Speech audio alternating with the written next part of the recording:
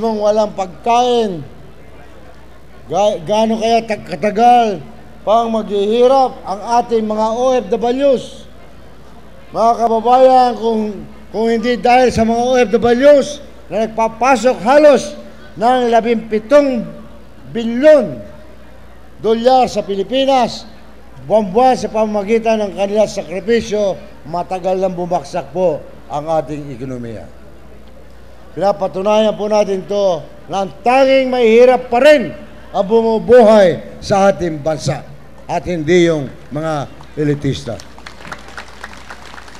o yung mga nag-aharing uri na sila pang pilit na nagdidikta sa sambayanan kung sino ang dapat maging presidente at mamamahala sa ating gobyerno. Payag ba kayo doon na sila magdidikta? Bakit kailangan pa nilang lumayo sa kanilang mga mahal sa buhay? Ito ang ating mga OFWs para lamang matustusan ang kanilang pangangailangan. Mamamatay, mabubuhay, si Erap, hindi makakabayad ng utang na loob sa mahihirap. Ang lahat ng ginawa niyo para sa akin, hindi niyo po ako iniwan kailanman. Kaya po, ako'y nagpapasalamat sa inyo, mga kababayan ko. Kaya po, mga kababayan, hirap na hirap ng suklian ng kasinungalingan ng kasalukuyang gobyerno. Oras na po para sa masay ng taon na ito. Karangalan ko, alam sa inyo na ang napiling mga senador ng Pwersang Masang Pilipino o PMP at ng PDP at Partido ng Demokratikong Pilipino sa ilalim po ng koalisyon ng United Opposition o UNO ay mga tunay na mga kandidato natin para sa mga mahihirap. Ito po ay pinangungunahan ng ating magiting na Senate President Juan Ponce Enrile.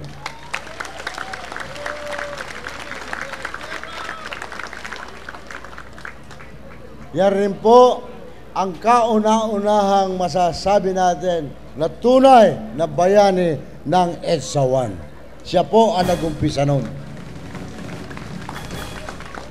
Ang ating pong Senate President, mapalad po ang ating Senado, at siya po ngayon ang ating Pangulo sa Senado, hindi lamang po matalinong abogado at tanyag na politiko, kundi isang senador na handang ipaglaban ang karapatan ng masang Pilipino. Yan po ang ating mahal na Senate President Juan Ponce Enrile.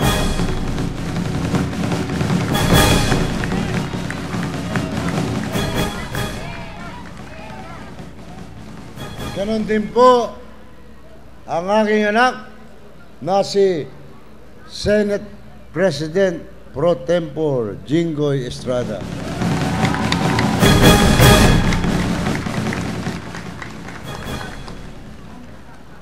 Senate Pro Tempore.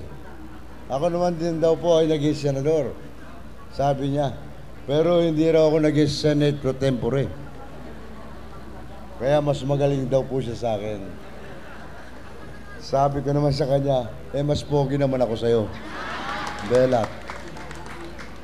At lahat po ng ibang senatorial lineup, andito po ang ating magiting na whistleblower na tinatakot pag magsalita sa Senado at malakas sa loob para mapatunayan lamang at mapagtanggol ang ating mga kababayan. Walang iba kundi si Joey De Venecia.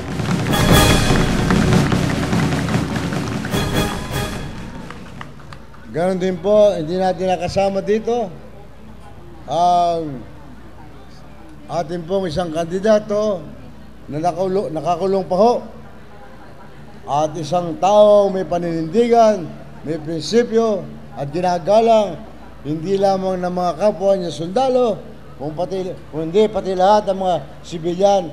Walang iba kundi si General Danilo Danny Lim. Ganon din po ang ating dating congressman, ang dating gobernador ng Ilocos Norte, 3 term mula pong katalo-talo at ngayon congressman. Hanggang ngayon, maganda lalaki pa rin at pinakita niya ang kakayanan niya bilang governor at congressman. Walang iba kung hindi si Ferdinand Bongbong Marcos Jr.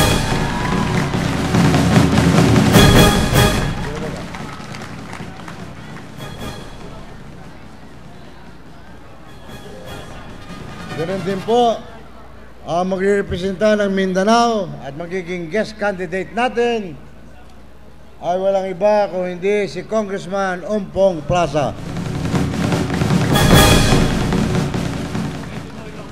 At ganun din po yung congressman na sinasabi nilang outspoken congressman na malakas ang loob at talagang may prinsipyo at may paninindigan. Walang iba kung hindi ang congressman ng Makati, si Congressman Teddy Boy Locsin.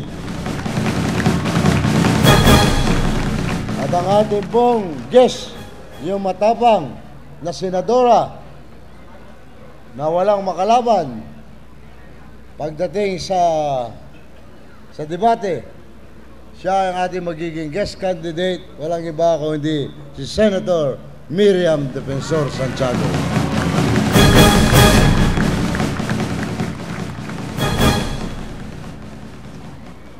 At yung dapat ho senador ngayon at nadaya lamang yung number 1 bar top notcher. Ngunit nag-iisip pa ho dahil nakabitin po ang kanyang protesta, ngunit sa kanyang protesta ay lamang na po. Nag-iisip pa kung kakandidato siya ngayon o hindi.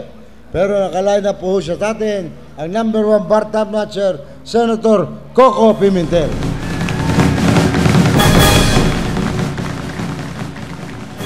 Kaya po yan muna ang bibigay namin sa inyo mga kandidato. Matitibay po at wala pong ibang iniisip yan kung hindi ang pagmamalasakit sa ating mga kababayan, higit sa lahat sa ating mga mahihirap na kababayan. Kaya po, tinagala ko rin paalam na ang aming napiling siguro po nagsalita na at pinagmamalaki ko at kinagagalak ko ang napiling naming makapiling bilang nasusunod na Vice Presidente ay ang natatanging alkalde at kinikilala sa isang pinakamagaling na alkalde sa ating bansa, hindi lamang sa ating bansa, kundi sa buong Asya. Ang bukod sa libre, ang kanyang eskwelahan, lahat, ang gamot, libre sa mamihirap, ang senior citizen, libre sa ospital, ang lahat ng estudyante, may computer,